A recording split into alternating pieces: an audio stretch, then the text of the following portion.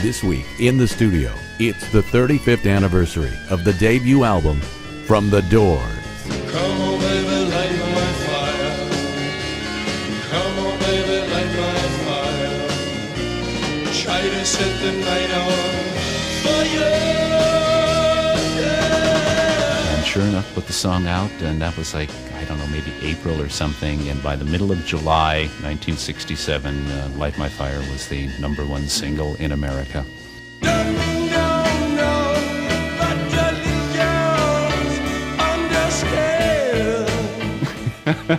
James Dean, Marlon Brando himself, man, he was just playing the role to the hilt. He was so good.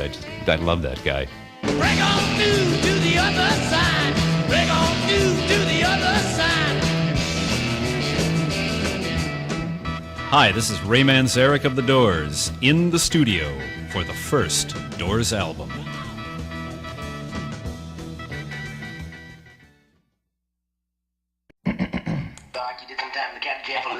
Hi, and welcome to In the Studio. I'm Redbeard, bringing you the stories behind the greatest rock and roll albums in history. Guitar up. 1, 2, 3.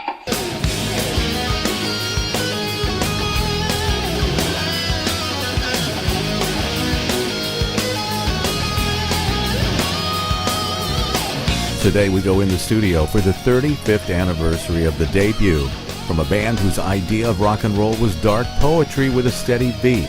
A band who asked us all to open the doors to perception. Come on, baby, light my fire. Come on, baby, light my fire. Try to set the night on fire.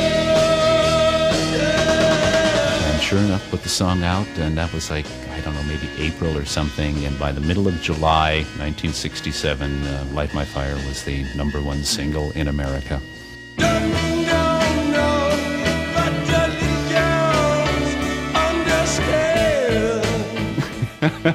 James Dean, Marlon Brando himself, man, he was just playing the role to the hilt. He was so good.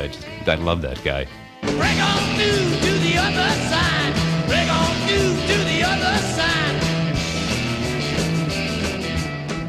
Hi, this is Ray Manzarek of The Doors in the studio for the first Doors album.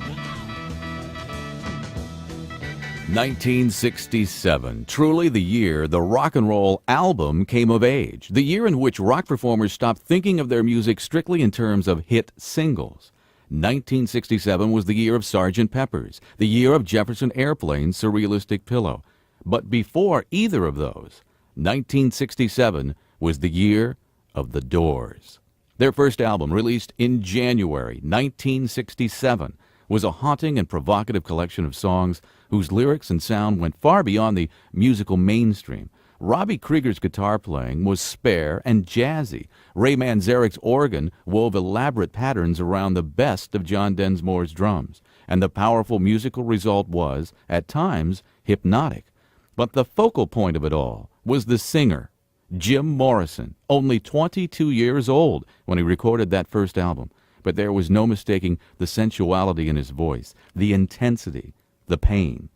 Even then, Jim Morrison had the voice of a tortured soul. The members of The Doors met in Southern California in 1965.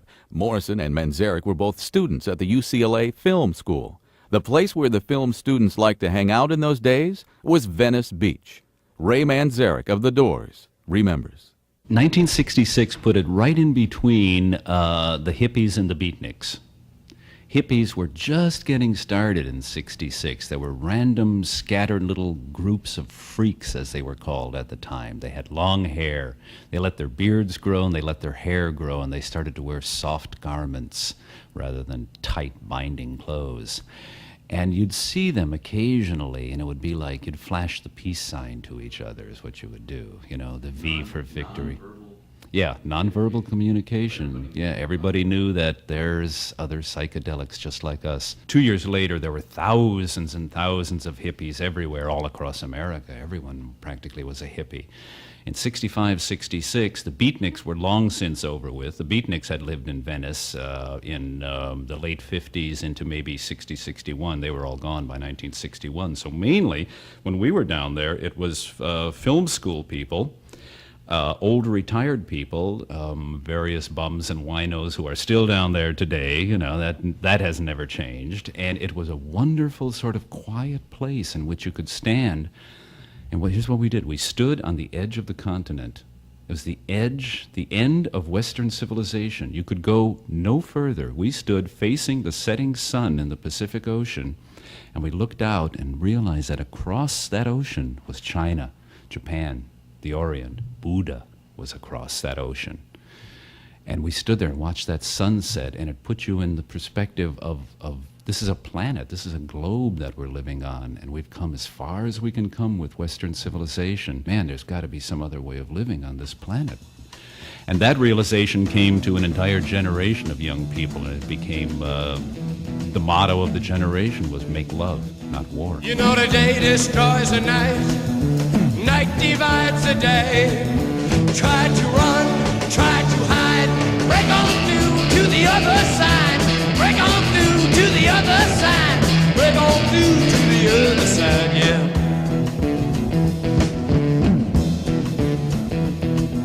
We chased our pleasures here, dug our treasures there. But can't you still recall the time we cried? Break on through to the other side. Break on through to the other side.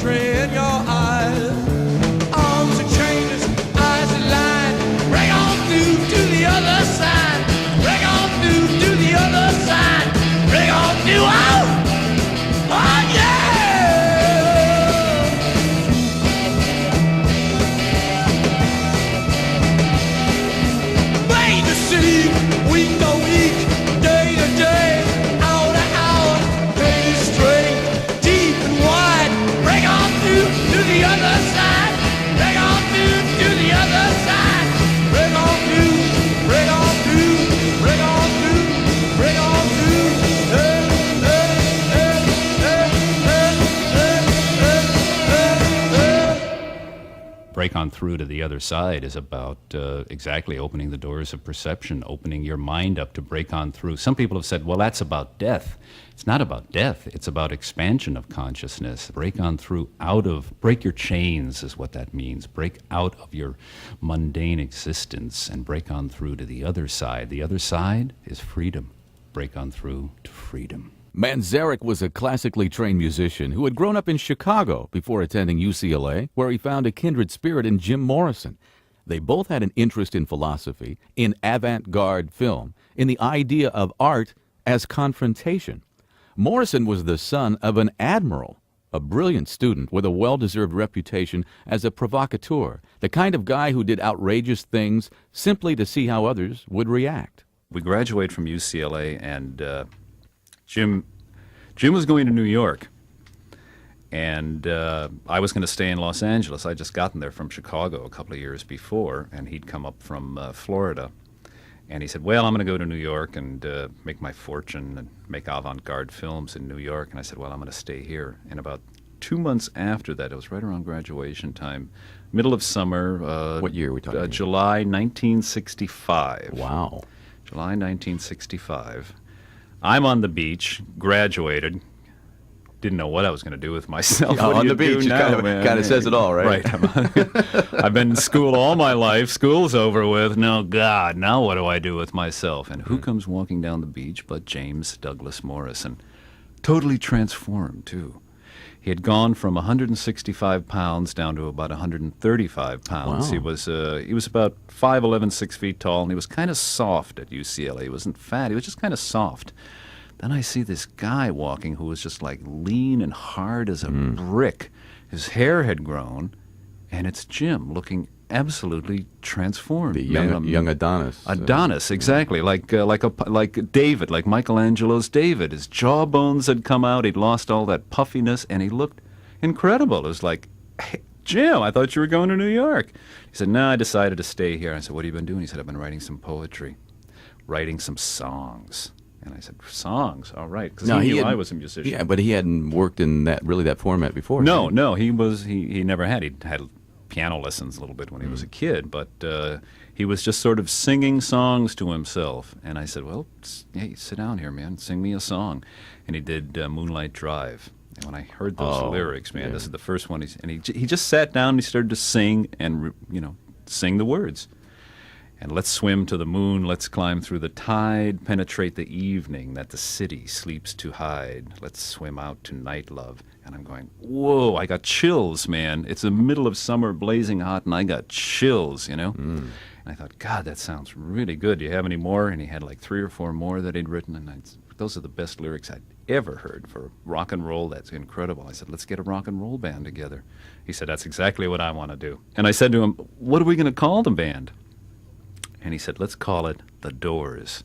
Oh, he had it right off the top? He had it, man. He saw the whole vision. He saw everything up on that rooftop where he was staying in Venice, like 40 days and 40 nights in the wilderness. He was on that rooftop and writing his songs and thinking about a rock and roll band. And I said, The Doors? That's ridiculous. Wait a minute. You mean like the doors in your mind? He said, yeah, exactly. And I said, whoa, heavy, man, opening the doors in your head. Because at first I thought it was like a ridiculous door. Call a rock and roll band The Floor, Right. The Doors. A door? What does it mean? Well, and then I realized opening the doors in your head and getting outside of yourself. So then a little later, I was in the Maharishi's meditation class. And in that class were John and Robbie. Somebody pointed John out and said, that guy's a drummer. And I went up to John and said, listen, we're starting a rock and roll band.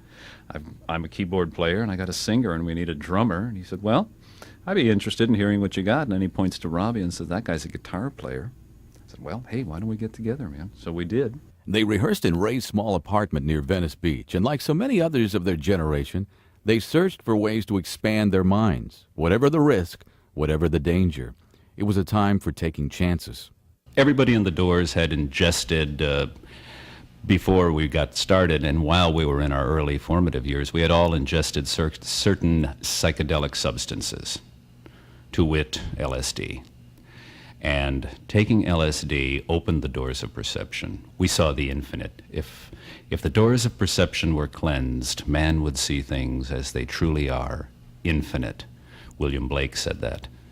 Then Aldous Huxley wrote the book, The Doors of Perception, based on that line. And we opened the doors of perception in our own minds. And everyone can. It's nothing, that is available to all human beings. That's the spiritual quest that we're all on, to harmonize ourselves with the universe. We were trying to get high without taking the chemical, because the chemical had also will plunge you. You'll see heaven, but you'll also see hell, and some very scary stuff inside of you that the doors of perception open up to the demons as well as the beauty of life. So you have to balance both of those, the beauty and the demons. So we tried to do it without opening the door to the demons. So all of that energy, all of that power, all of that wonder at the beauty of life, all of the dread, the fears, it's all put into the Doors' first album. Our goal at the time was to be the Beatles, the Stones. We were going to be basically the American Rolling Stones. I said, we can do that. The Stones are playing blues. When I first heard the Stones, I said, hey, they're real good, but they're playing Chicago blues. I grew up with Chicago blues. We can do that. But for them, reinterpreting the blues was clearly not enough. With the Doors, the idea was always to go one step further.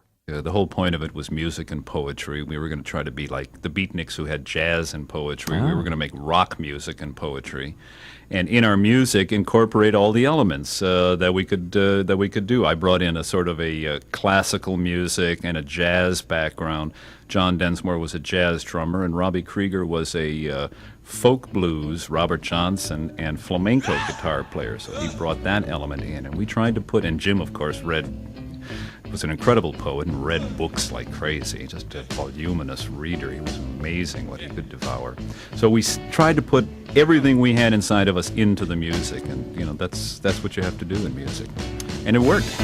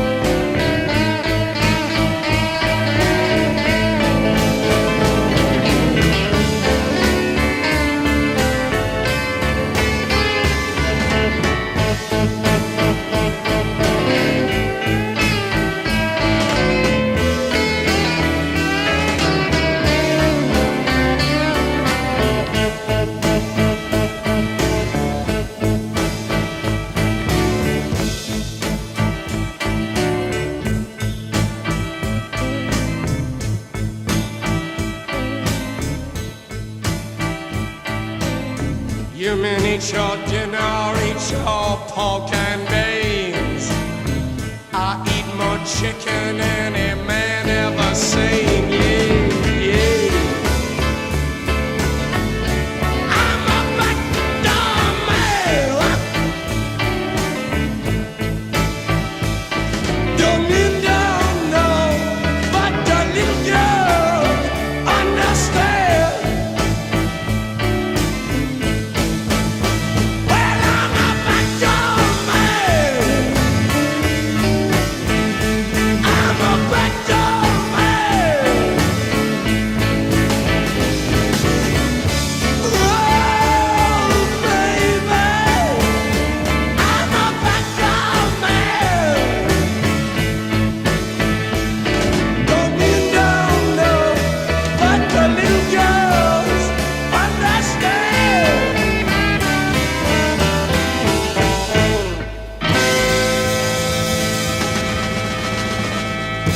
Chicago Blues indeed. That was Willie Dixon's Backdoor Man. When we come back, we'll hear about one of the Doors' most famous performances at the legendary Whiskey A Go-Go. I'm Redbeard, and this is the 35th anniversary of the debut release by The Doors in the studio. Hi, this is Ray Manzarek of The Doors in the studio for the first Doors album. Thanks, Ray. I'm Redbeard. Welcome back. By the spring of '66, the Doors had written a sizable collection of songs, so many, in fact, that Moonlight Drive, the song Jim had first sung for Ray on Venice Beach, didn't get recorded until the Doors' second album. They knew they were onto something special. The trouble was finding someplace to prove it. We couldn't get hired because we didn't play top 40. We were playing our own material until we finally got to a place called the London Fog on the Sunset Strip. And the London Fog was right down the street, about 5-6 doors down from the Whiskey A Go-Go. The Whiskey A Go-Go was the hottest place in the city, and we're playing at this pathetic little bar that Sailors would come into, drunken businessmen would come into. It was just the worst possible crowd when there was a crowd. You know, 3/4 of the time there wasn't anybody in the place. There was the Doors, the bartender, and the go-go girl who was in a go-go cage. Rhonda Lane, it said, with a lovely Rhonda Lane, go-go girl, had a sign out front. She The got Doors. billing? Yes, she did. With yes, the band? with the band, right. It said The Doors, band from Venice. And I always thought, does that mean B-A-N-D or B-A-N-N-E-D? Are we banned? Banned in Venice, so you're on the strip. The Doors, band from Venice, and Rhonda Lane, go-go dancer. And Humble beginnings. that's where we worked. We worked 4 sets a night.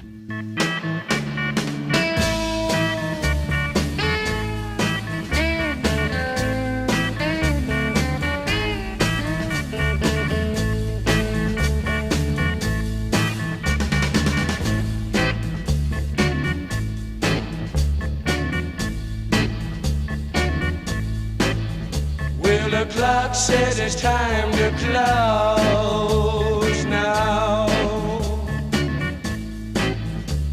I guess I better go now. I really like to stay here all night. The cars crawl past, all stuffed with eyes. Streetlight share their hollow glow. Your brain seems bruised with numb surprise. Still one place to go. Still one place to go. Let me sleep all night in your soul kitchen. Warm my mind with your gentle snow. Turn me out in a wonder, baby. Stumbling in the neon glow. With your fingers we quick minarets. Speaking secret alphabets. I light another cigarette. Learn to forget. Learn to forget. Learn to forget. Learn to forget. Let me sleep all night in your soul kitchen. Warm my mind with your gentle snow. Turn me out in a wonder, baby. Stumbling in the neon glow.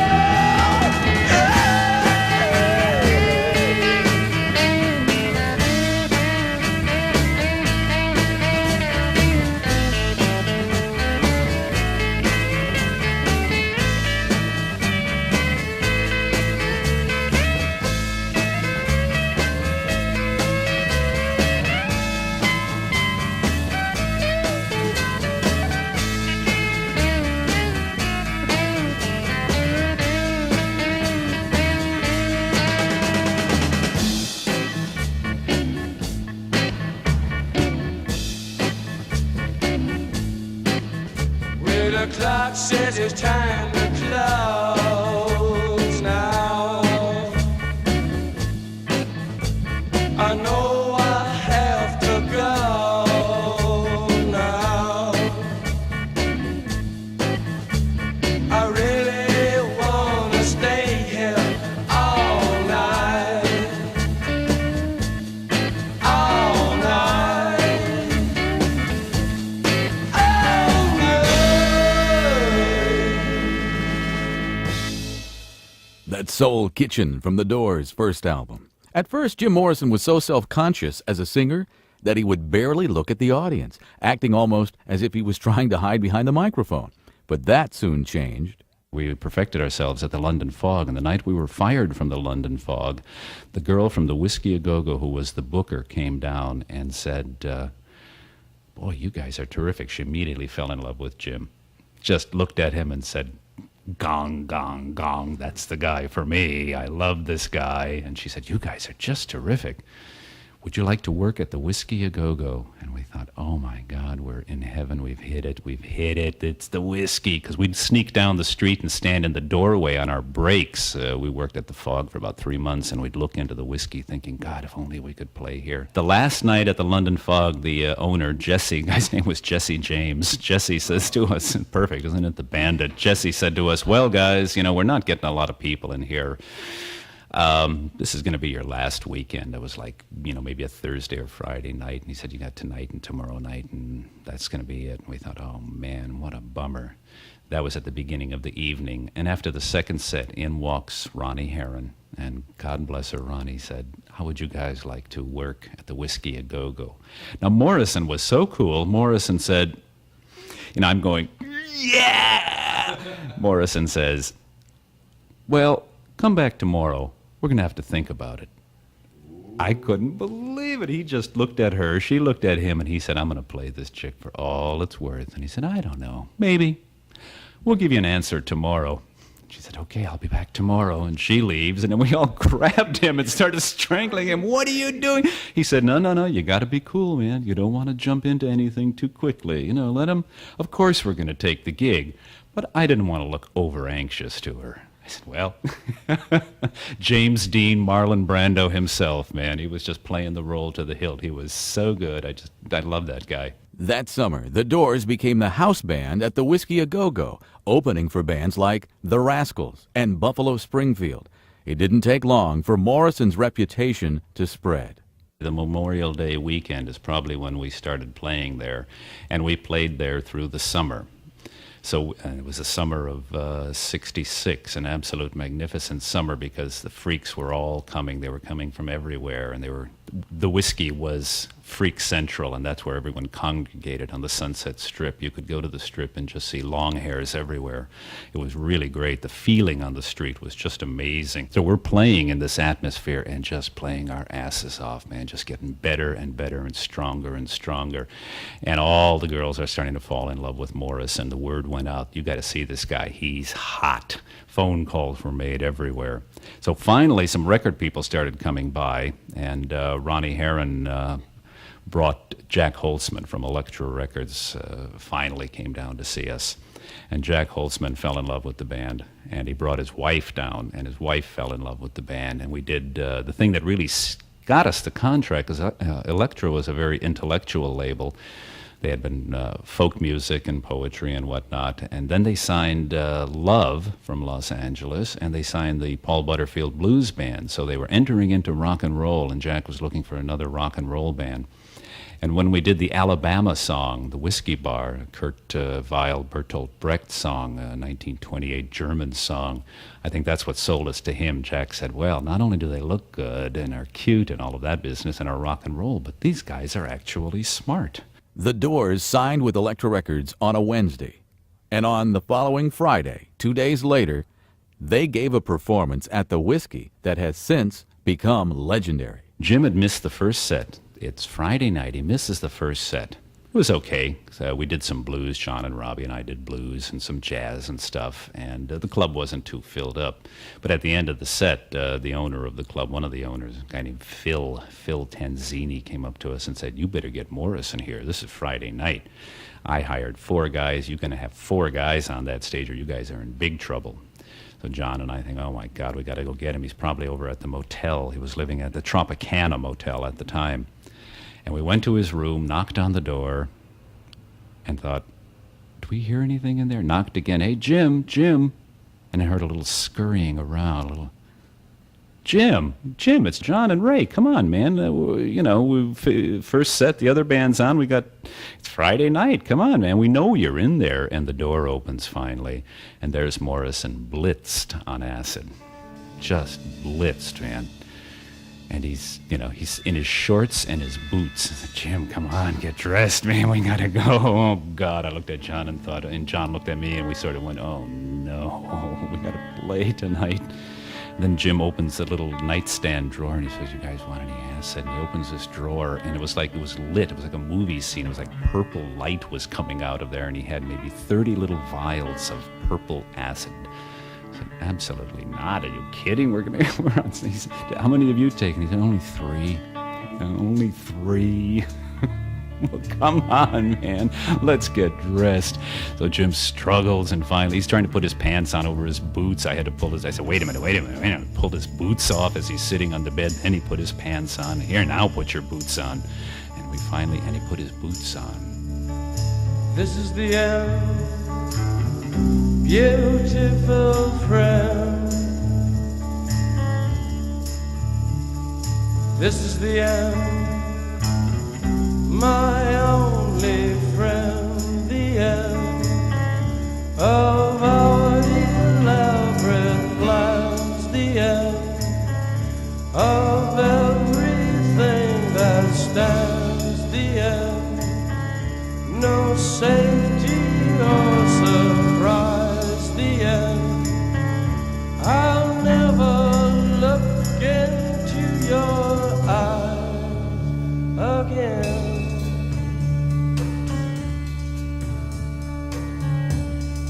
Can you picture what will be so limitless and free? Desperately in need of some stranger's hand in a desperate land.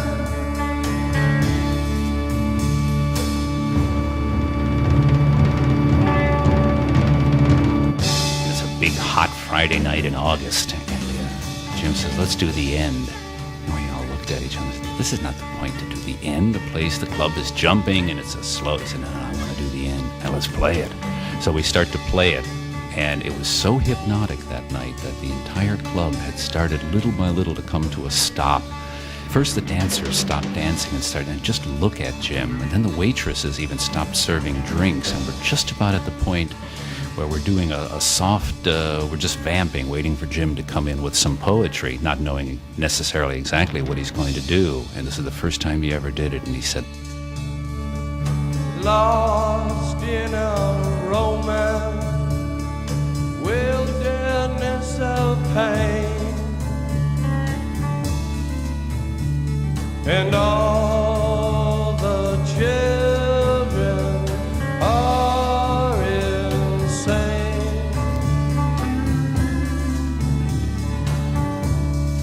All the children are insane. Waiting for the summer rain,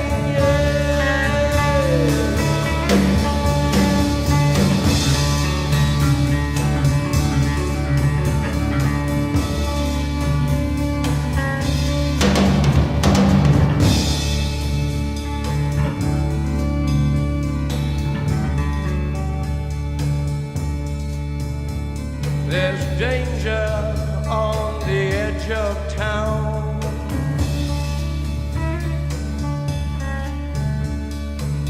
Ride the King's Highway, baby.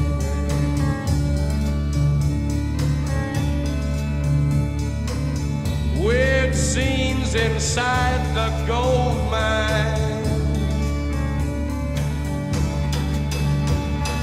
Ride the highway west, baby.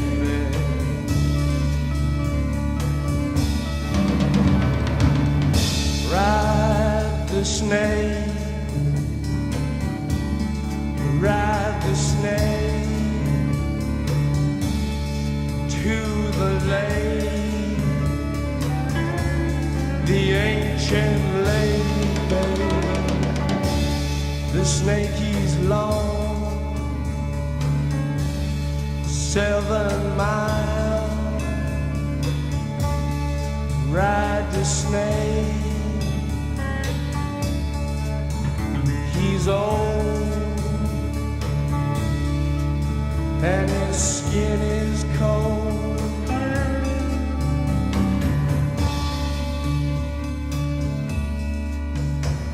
The West is the best.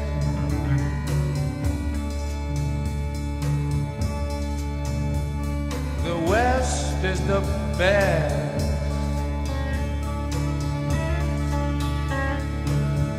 Get here and we'll do the rest.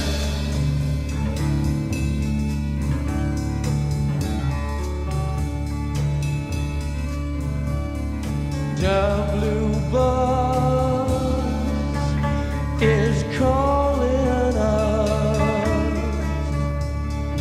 The blue bus is calling us. Driver, where you taking us?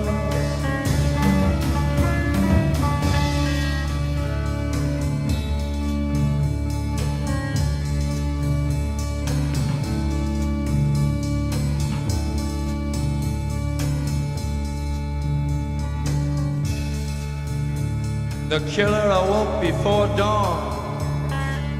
He put his boots on. He took a face from the ancient gallery and he walked on down the hall.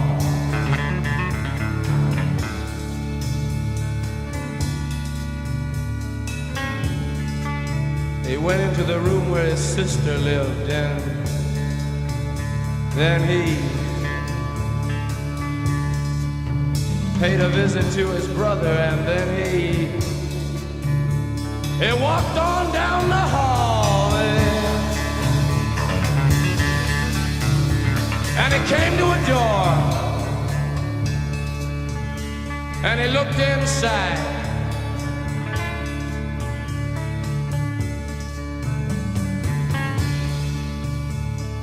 Father, yes son, I want to kill you.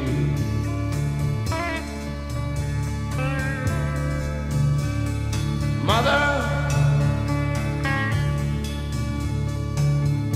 I want to.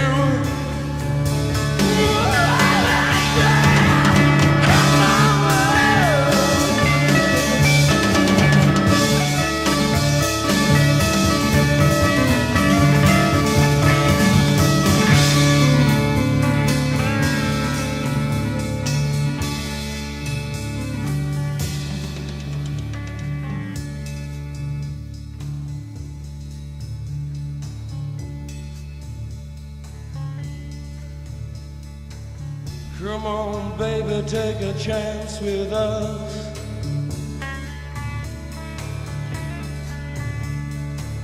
Come on, baby, take a chance with us.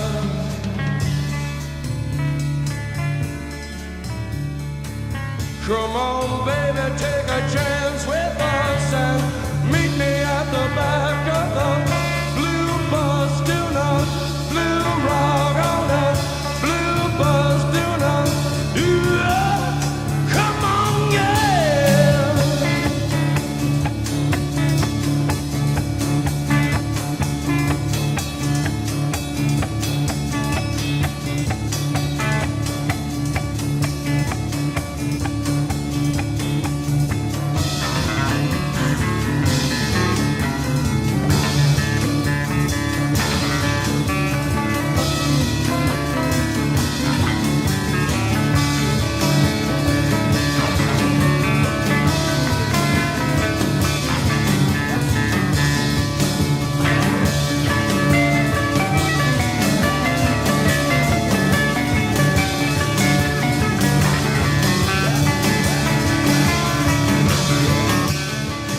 Said the forbidden F word, mother, I want to, and he screams it out. And as he screamed out the forbidden F word, John and Robbie and I just smashed on everything we had and just blasted the place with power.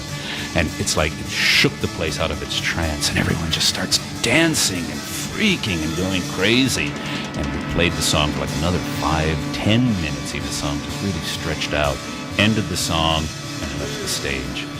The owner, then that guy Phil, comes running backstage and said, "You guys are the foulest, Morrison, you're the filthiest, foulest person. You can't be saying that kind of stuff about your mother. You can't say that about your mother on stage in public. You can't kill your father and say you want to," and he couldn't even say it, "to your mother. You're fired. You guys are fired. Don't ever come back here ever again. Just, you got one more set to play and you get the hell out of here and don't ever come back again. You want to come to the whiskey, you pay to get into the Whiskey A Go-Go." This is the end. beautiful friend. This is the end, my only friend, the end. It hurts to set you free, but you'll never follow me.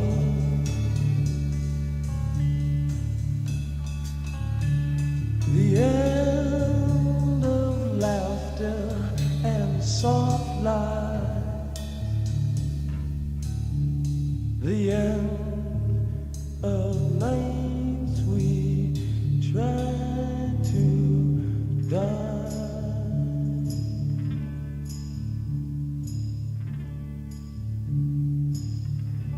This is the end.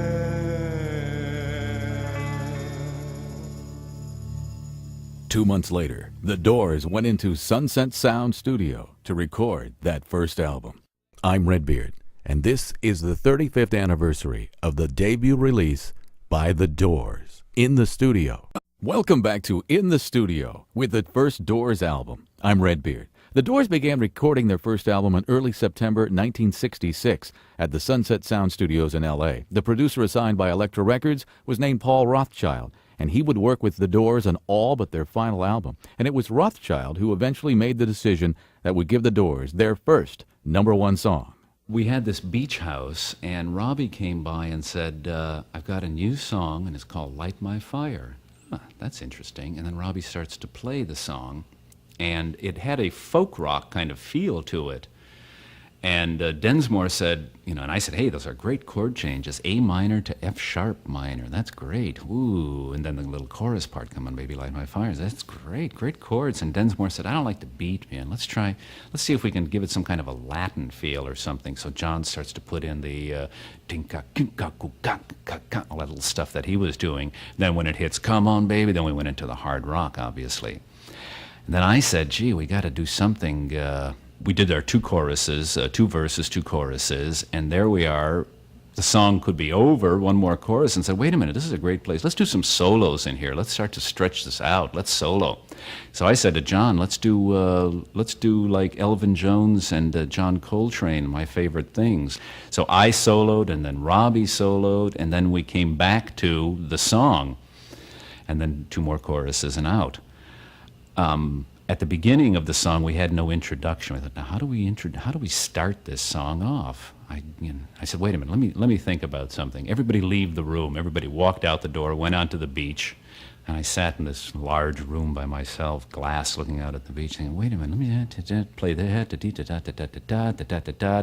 G, da da da da da da da da. That's good. Da da da da da da da da. Now where can I go? Da da da da da da da da da da. Oh, I got it. I said, okay, you guys, come on back in. Now listen, here's how the introduction goes. John, I'll count it off. Give me a whack. 1, 2, 3. Pow.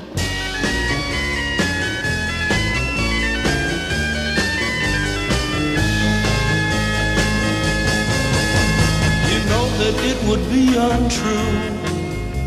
You know that I would be a liar if I was to say to you, girl, we couldn't get much higher. Come on, baby, light my fire. Come on, baby, light my fire. Try to set the night on fire.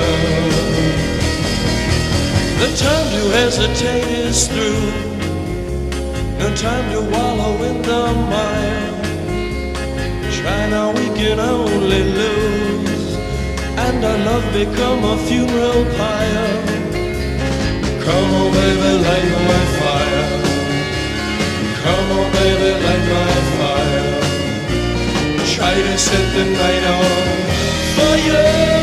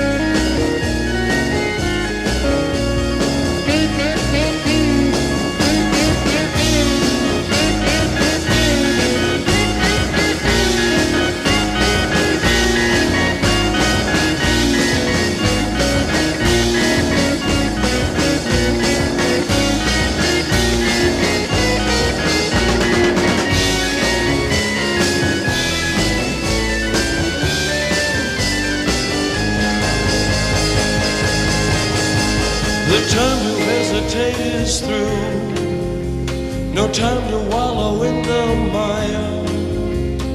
Try now, we can only lose, and our love become a funeral pyre. Come on, baby, light my fire. Come on, baby, light my fire. Try to set the night on fire. You know that it will be untrue. You know that I would be a liar if I was to say to you, girl, we couldn't get much higher. Come on, baby, light my fire. Come on, baby, light my fire. Try to set the night on fire. Try to set the night on fire. Try to set the night on fire.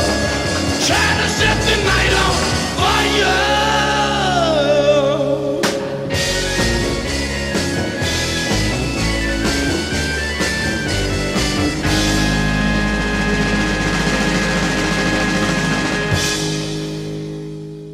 As Light My Fire burned across the summer of '67, the Doors quickly became America's most popular rock and roll band, popularity that would stay with them even decades after Jim Morrison's death.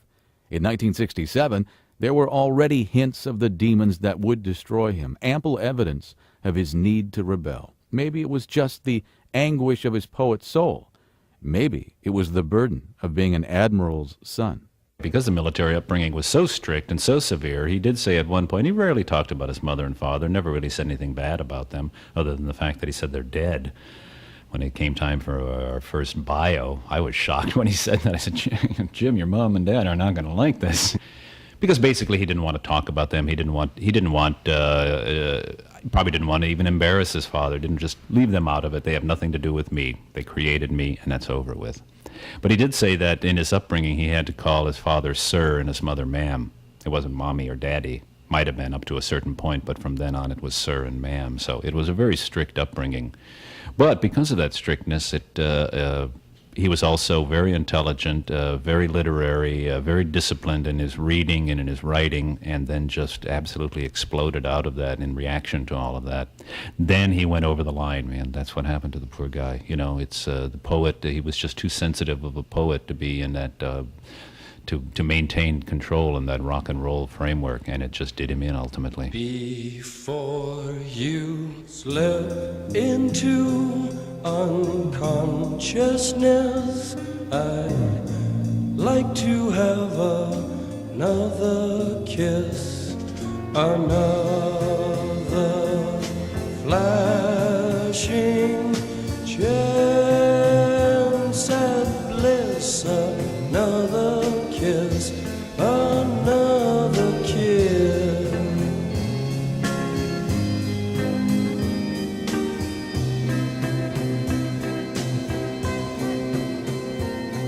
The days are bright and filled with pain.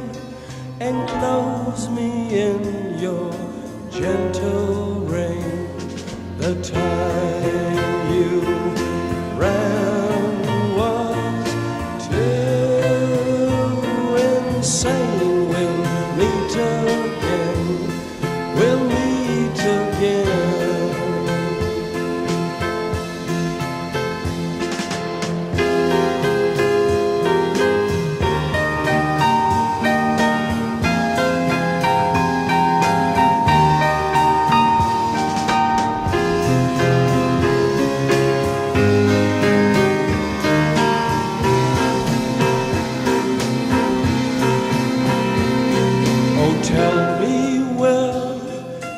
Freedom lies, the streets are fields that never die. Deliver me from reasons why you'd rather cry. I'd rather fly. The crystal ship is being filled. 1,000 girls, 1,000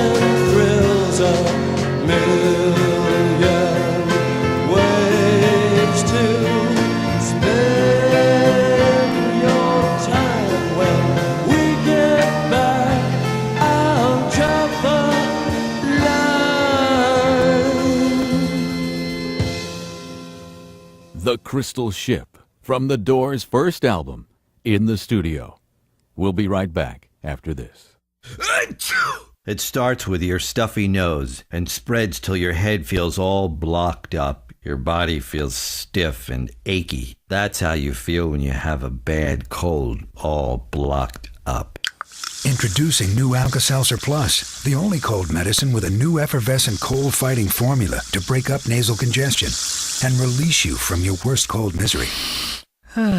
New effervescent Alka-Seltzer Plus breaks up your worst cold. Use as directed. Imagine a product everyone needs but nobody wants to use. And although you seldom use it, you keep paying for it year after year. Is this someone's idea of a bad joke? No, it's car insurance. Fortunately, this commercial is brought to you by Geico, which could save you 15% or more. Call 1-800-947-AUTO, 1-800-947-AUTO. Because like nitrogen, oxygen, and a good TV remote, car insurance is one of life's essentials. Fortunately, high prices aren't. Geico Direct, the sensible alternative. The only thing better than courtside seats is courtside seats with me, Folgers Cafe Latte. I'm the finger-dunking, mug-in-your-face, coffee-to-god-dang, baby. And I always hit for 3 points. Rich, creamy, and frothy. I am the coffee that three-peats. 3, 2, 1, he shoots, but I score. Folgers Cafe Latte, the big-headed coffee. I know it's basketball and all, but you got a little dribble on your lip, cuz. It starts with your stuffy nose and spreads till your head feels all blocked up. Your body feels stiff and achy. That's how you feel when you have a bad cold, all blocked up. Introducing new Alka-Seltzer Plus, the only cold medicine with a new effervescent cold-fighting formula to break up nasal congestion and release you from your worst cold misery. New effervescent Alka-Seltzer Plus breaks up your worst cold. Use as directed.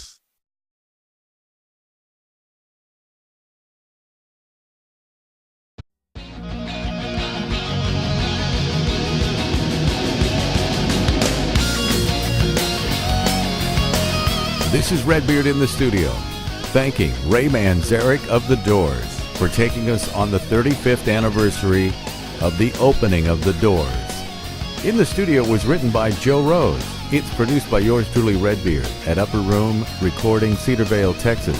Associate producer and engineer, Doug Hall. Transcription by Jane Carpenter. In the Studio theme by Andy Timmons.